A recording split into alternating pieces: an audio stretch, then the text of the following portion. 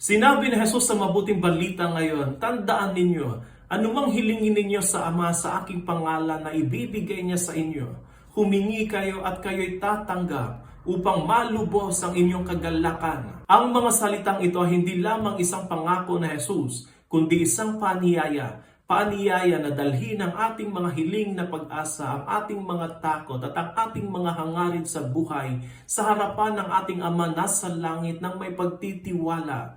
Batid na dinirinig niya tayo at tayo ay mahal niya higit sa lahat. Sa mundong puno ng walang katiyakan at sakit, minsan nakakaramdam tayo na tayo ay mag-isa. Ngunit ngayon tinitiyak na Jesus na hindi tayo nag-iisa, na tayo ay may isang mapagmahal na Ama na naghahangad na ipagkaloob sa atin ang mga ninanais ng ating mga puso. Kapag humihiling at nagdarasal tayo sa Ama, huwag nating kalimutan ang kapangyarihan ng pangalan ni Jesus. Kapag tayo ay nananalangin sa pangalan ni Jesus, mangyayari sa atin ang mga himala. Himalang nagpapagaling sa ating mga puso at nagpapabago ng ating mga buhay. Gaya ng gusto ng Panginoon na humingi tayo at tayo'y tatanggap upang malubos ang ating kagalakan. Pagpalain nawa ng Diyos ng masagana ang ating mga pamilya, kakilala at yaong mga walang-wala at ang lahat upang malubos ang ating kagalakan.